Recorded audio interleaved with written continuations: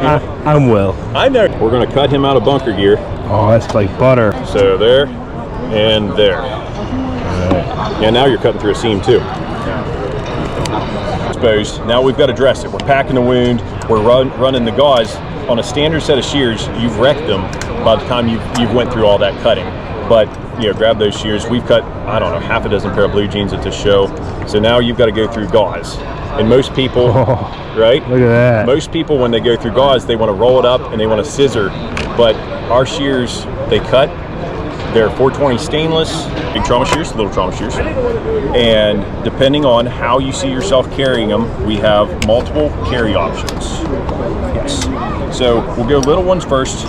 This is the new one. It cuts through same blade geometry as our larger one. You lose a little bit of leverage because it's smaller, but we have the new holster for Sweet. it. That is nice. Loosen the screw. You've got full rotation if you want to have a little bit of a cant. It's MOLLE adaptable, fits on, and it will fit on our radio straps. We're in the process of prototyping a similar holster like we have for the big shears or the little. Now the big ones, if you want 100% retention, once this is locked and loaded, it does not come out. 2 squeezes and a pull, and then, so if you're a corrections officer, work with some questionable people, and you don't want stabbed with your shears, you go with that route. Now, if you want more retention, a little less retention than the 100%, we've got our Gen 2, and both of them have the same buckle. Loosen them up, you can adjust them. If you're a lefty, you can move this to the other side. And so this is a clicked in, and it's a grip it and rip it. And soft holster. Soft holster will also work with our mini shear, and then the micro holster.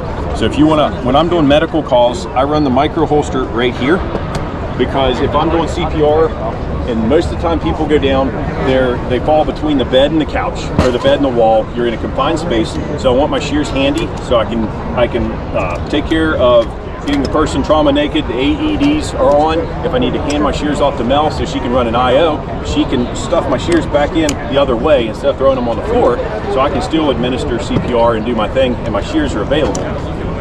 The way this holster works, tip up or tip down from either side. We have a lot of nurses that like this holster, and they run scout carry, which is pretty cool.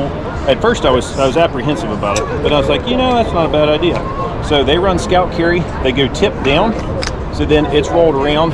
The patients, they're not poking the patients, and if they need their shears are there, and if they don't, they disappear. I've lost so many of these shears. It's like, who took my shears? Oh, okay, right. Yeah. And they work on scrubs, but from the scrub perspective, you've got to think. So we'll pretend these are scrubs because I've got a belt on. You go tip down because we're pulling down into the scrub. So if you go tip up and then you try to unhook these, obviously they're going to come off if you're not wearing a belt. But from a scrub standpoint, hook them in, run your tip down so that when you're taking them out, it's a down outward motion, and you've got retention. Then this holster also runs great on our radio straps. So if you want to, you're already carrying a radio strap, we want to have our shears available. And so they're available. I have a lot of people, they're like, I never do EMS, I never do patient care.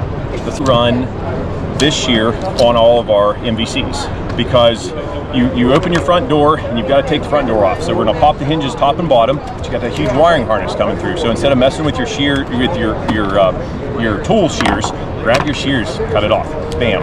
And then same thing with seat belts. If you've got a patient that's into a wall or something, we've got all kinds of trauma. The last thing you want to do is take your seatbelt cutter. You've got to pull it, and it's kind of a jerking, slicing motion. Or you hold the seatbelt, you carefully cut through the seatbelt. There's no drastic release of energy. And into a scene the other day, the guy it was a girl. She was into an embankment against a tree, so we had no patient access on the front door. So we went to the back driver's side door, opened the door, popped the hinges, cut the harness. And then we went and cut the back out of the seat so that we could expose the hinges on the seat back. We snipped the seat back, took it off while we're holding C-spine on the lady. We were able to run the backboard right in under her bum, lay her back, took her right out the back passenger door. And so with this, if you're trying to cut that seat back, if you're trying to use trauma shears, or not trauma shears, a seatbelt cutter, or a knife, you don't want anything like that. And so shears work great for auto extrication. You don't just have to use them on personnel. wondering how you cut your buddies out of bunker gear. So our standard bunker gear, you've got an outer shell, which is about 2 layers of denim. You have your inner shell, which is about 2 layers of denim, and then we have that quilted thermal barrier. So we're going to fold that over again, and you can cut your buddy out of bunker gear. So we're going to cut him out of bunker gear. Oh, that's like butter. Right. So now, okay, I'm your buddy that was in the. And now you're cutting through a seam too. You've got the wound exposed. Now we've got to dress it. We're packing the wound. We're running the gauze. On a standard set of shears, you've wrecked them by the time you've went through all that cutting. But grab those shears. We've cut, I don't know, half a dozen pair of blue jeans at this show. So now you've got to go through gauze. And most people, right? Look at that. Most people, when they go through gauze, they want to roll it up and they want to scissor. But our shears, they cut 420 stainless. They're coated with a titanium coating. The blade is resharpenable if need be, 5-year warranty. If you need to resharpen it, which most people don't. We had a dude came here, he's been cutting for 10 years, and he said he did 31 motorcycle vests, and I was like, does it still cut gauze? And so, yeah, he's like, absolutely. Sharpeners they use for fish hooks. You see them at like sporting goods stores, they look like a pencil, and they unscrew it, and it comes out, and it's got like a graphite rod that's rounded on one end and flat on the other. So then you just match, you don't worry about the serrated edge. You match the edge of this one, a couple passes here, you're going to develop a small burr, and then use that flat edge to knock your burr off. And then you're ready to rock and roll. But our blade geometry, where Raptors are flat, you have a tremendous amount of material under that blade each time you're cutting. Where ours, we have a curved blade, so the blade geometry, there's only a finite amount of material that you're cutting at a time, but our serrations are holding that material in place as you're cutting. And the curve of the blade allows us to get under the material, and as you're push cutting, the tip of the blade is never in contact with the person. So hence another perk. I've ran into a lot of people that say, hey, my department gets these. We have a whole bin of them. Well, your department's buying $2 to $5 set of shears. And I would say, all right, you're in a fire truck. You've got $1 million fire truck, and you're buying your nozzle off a Timu. It's the exact same thing. So when you open your Timu nozzle and no water comes out, I don't care if you have $6 million worth of truck behind you. If you buy a Timu set of shears and you're bleeding out and I can't get to your wound because my shears won't do it, then $500 worth of gear in here is no good. I'd rather you save on gauze and buy you a set of shears.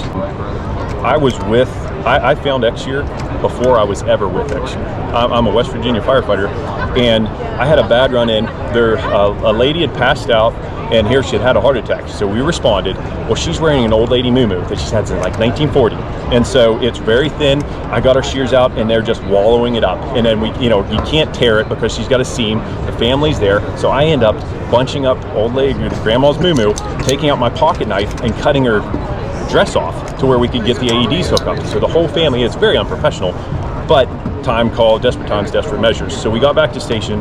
I searched all the shear manufacturers, and so I came across XShear, and I was like, these are awesome. But the way these holsters worked for our department, I needed something smaller. So I invented the micro holster. And so that's when I invented it, 3D printed it, and then made versions and ran with it. And that's when I reached out to Wes. I was like, are you interested in something like this? And so that's how I became I love that. Part of XShear. I literally carry it, except for right now, literally every single day, all year round, like to a point where people are like, oh, Will's got Shears again. And I'm like, yeah, I carry them everywhere. They're comfy, right? I'm excited for when you guys release the micro, because when I can carry this small thing here, it's gonna be nice. And then when I'm on the farm, I'll use a big one, but like we work concert venues, and I would love to be able to just have a little bit less on me. Yeah, no, we're prototyping that now. Yeah, so. I'm stoked. I wouldn't push a shear that I didn't stand in. Like I said, I found this company organically, and then I'm with XShear because, like I said, I invented the micro holster and then invented the mic clip. Sweet. Thanks, Nathan. Yeah, absolutely, dude. Yep. Have a great day. Starting left to right. We have the mic clip.